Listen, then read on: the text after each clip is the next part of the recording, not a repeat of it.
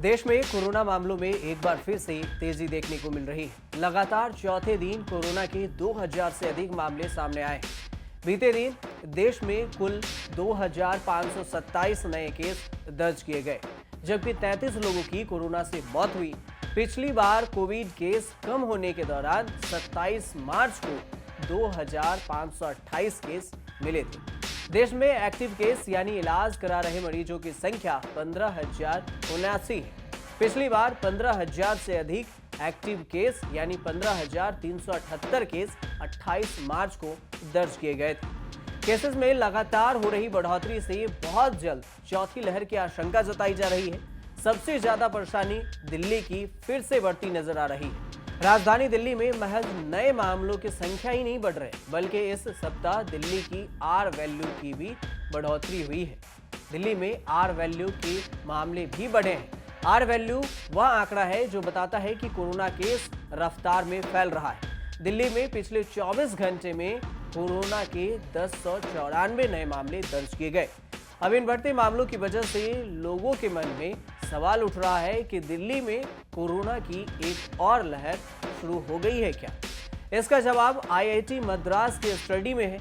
IIT Madras की नई study के अनुसार वर्तमान में दिल्ली का आर वैल्यू 2.1 है, यानी हर संक्रमित मरीज कम से कम 2 अन्य लोगों में संक्रमण फैला रहा है। आसान भाषा में आर वैल्यू को अगर समझे तो एक कोरोना संक्रमित मरीज कभी 2 अन्य लोगों तक इस वायरस को पहुंचा रहा है।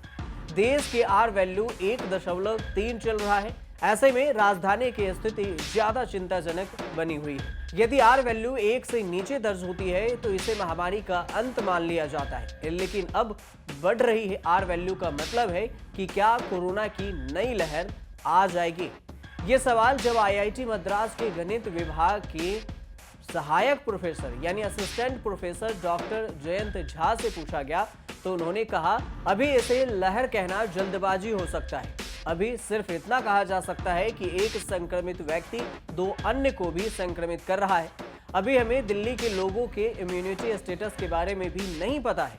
जो संक्रमित हो रहे हैं वे क्या पहले भी हुए हैं या नहीं, अभी स्पष्ट नहीं है।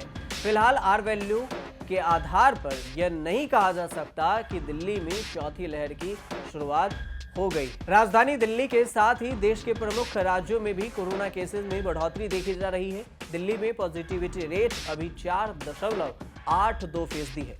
आखिरी बार 10 फरवरी को इतनी संख्या में कोरोना केस दर्ज किए गए थे।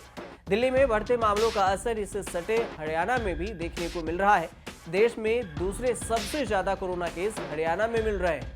यहाँ की पॉजिटिविटी रेट 3.48% पहुंच गई है। केरल में लोगों को कोविड प्रोटोकॉल फॉलो करने के लिए कहा गया है। राज्य सरकार मास्क अनिवार्य करने को लेकर कोई फैसला नहीं ले पाई है। यहाँ मास्क न पहनने पर भी चालान को हटा दिया गया है, जो कि पहले दिल्ली में भी किया गया था, लेकिन बाद में उसे लागू कर दिया गया। उत्तर प्रदेश के नोएडा में भी कोरोना केस में बढ़ोतरी देखी जा रही है। यहाँ भी कोरोना केस लगातार बढ़ रहे हैं। महाराष्ट्र के मुंबई में सबसे अधिक 68 नए केस दर्ज किए गए, जो कि काफी समय बाद इतनी संख्या में नए केसेस दर्ज किए गए। यहाँ एक्टिव मरीज अब 474 है। एक्सपर्ट के मुताबिक देश में तेजी से फैलते संक्रमण के पीछे ओमिक्रॉन के नए सब वेरिएंट BA.2.121 का हाथ है।